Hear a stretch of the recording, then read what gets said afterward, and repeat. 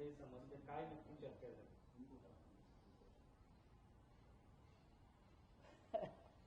आता एक लक्षात घ्या की माननीय उद्धव ठाकरे यांचा काल वाढदिवस होता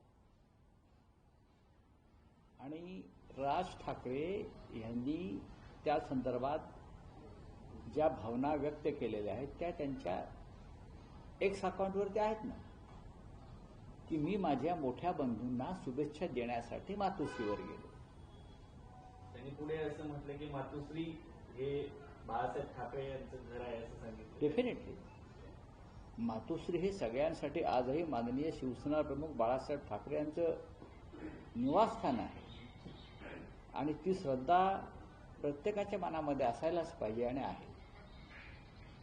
मी स्वतः त्यावेळा जिथे उपस्थित होतो पूर्ण वेळ, त्याच्यामुळे त्यांच्या भावना काय होत्या,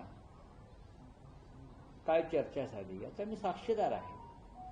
पण कालचा दिवस हा एक दोन भावांमधल्या नात्याला घट्टपणा देणारा दिवस होता अधिक, आणि त्याच्यावरती त्यात राजकारण आणू नये, याच्यामध्ये राजकीय चर्चा करू नये. कोणी काय झालं काय नाही झालं. दोन भाऊ आले, शुभेच्छा दिल्या, एकमेकांना गळाभेट झाली, आपण सगळ्यांनी पाहिलं. याच्या पलीकडे काय महाराष्ट्रामध्ये त्या सगळ्या घडामोडींमुळे आनंद झाला, लोकांनी तिकडे जल्लोष केला ना.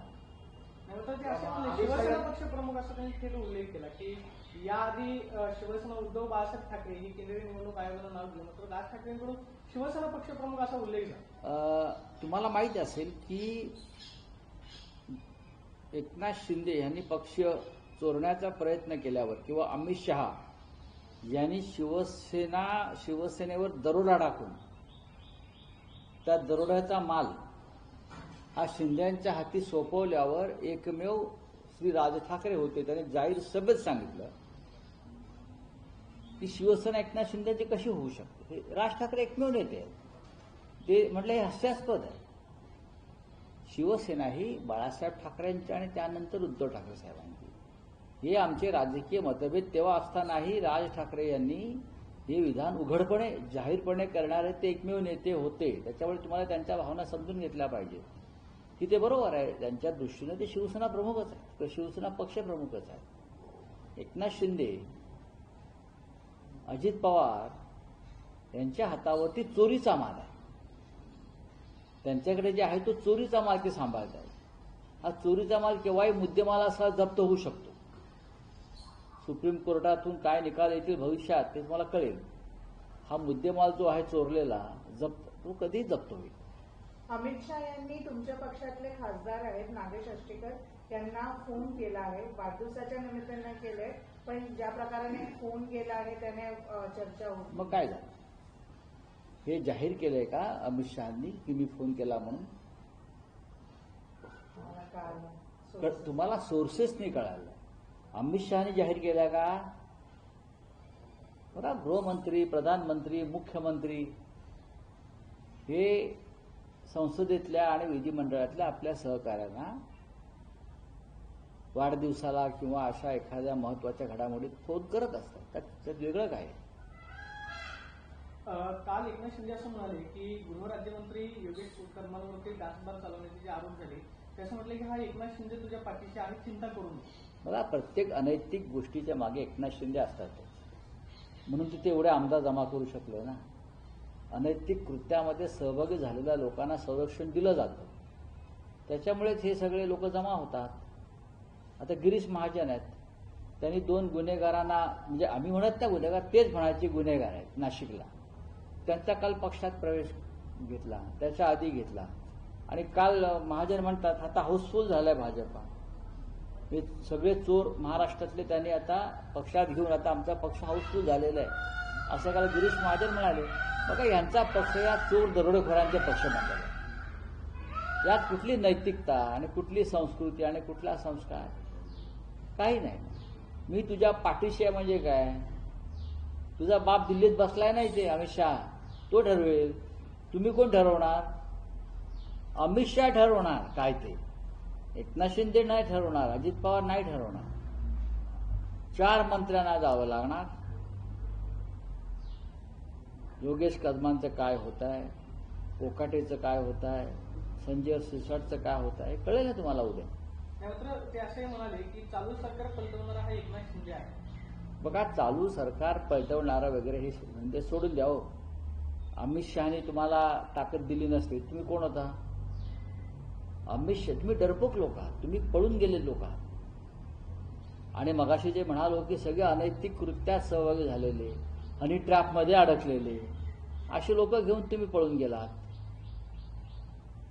मग तुमच्या जेवढी ताकद होती तर मुख्यमंत्रीपद तुम्हाला का नाही मिळालं परत? जे मुख्यमंत्रीपद तुम्हाला वचन दिलं होतं ना, मग तुम्ही पुन्हा मुख्यमंत्री का झाला नाही? आहे लक्ष देत्या त्यांच्याकडे. चला, संपला. हनी ट्रॅप इतकं चर्चेत असून काल जे आहे आपण बघितलं पुण्यात रेव पार्टी मध्ये काही लोक पकडले गेले.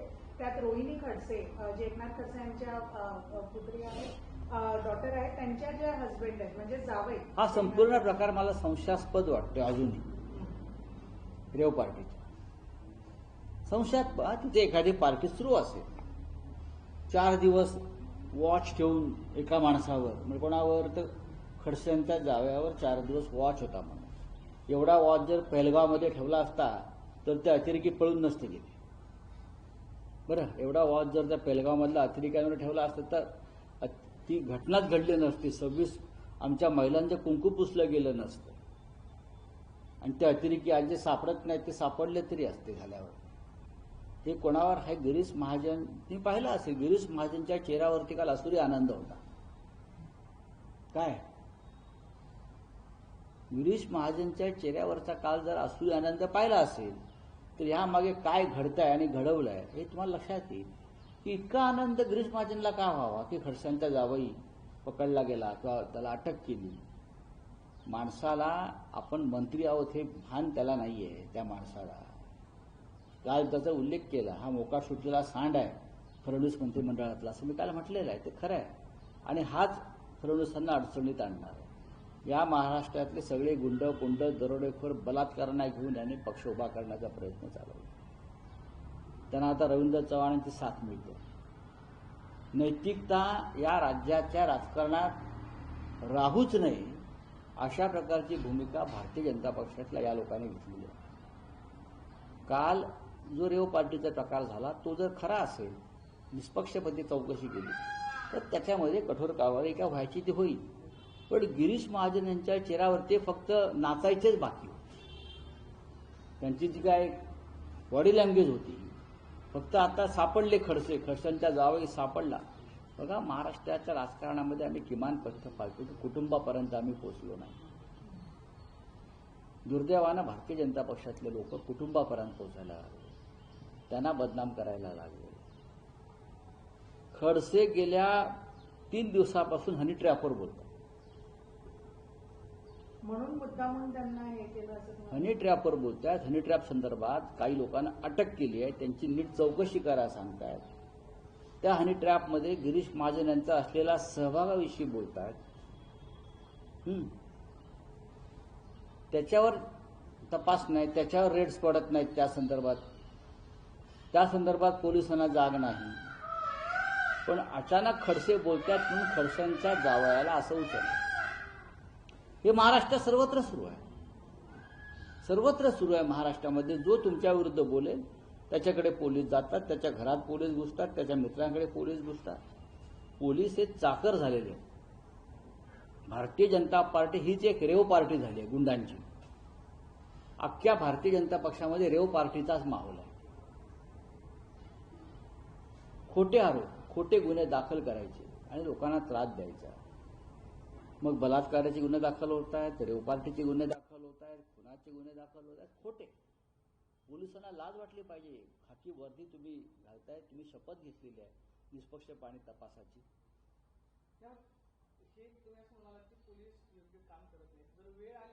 मधले जे लोक आहेत त्यांची नावं सार्वजनिक करणार का नाही करणार? खडसे तेच करत होते ना. एकनाथ खडसे तेच करत होते. त्या दिशेनंच त्यांचा राजकीय काम चालू होतं आमच्या सगळ्यांचं. पण खडसेंचं तोंड बंद करण्यासाठी खडसेंच्या घरावर हल्ला केला. याआधी नवाब मलिक यांचा जावई समीर खान यांना सुद्धा अशाच प्रकरणामध्ये अटक केली. मला माहिती असेल समीर खानला नवाब मलिकच्या जावयांना सुद्धा अंमली पदार्थाच्या व्यापाराच्या भूमिकेला अटक केली, पण त्याच्याकडे ते काही नव्हतं. मोडस ऑपरेटी ही सगळी पण आणि काही नव्हतं आणि त्याच्याकडे जी वस्तू सापडली तो सुगंधी तंबाखू होता. याच्यावर भारतामध्ये बॅन नाही. सगळी मोडस सुगंधी तंबाखू होता आणि त्या मुलाला 6 महिन्यापेक्षा जास्त काळ तुरुंगात राहावं. आर्यन खान, शाहरुख खानचा मुलगा, याच पोलिसांनी किंवा याच अधिकाऱ्यांनी या प्रकारच्या अशा प्रकारचा हे महाराष्ट्रात काय चाललेलं आहे.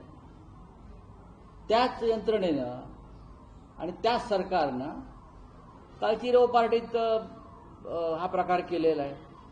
आम्हाला माहीत नाही. अहिल्यानगरमध्ये आमचा शहर प्रमुख किरण काळे ह्याच्यावर बलात्काराचा गुन्हा दाखल केला, एक बाई उभी करून. का? त्याने अहिल्यानगरमधले आमदार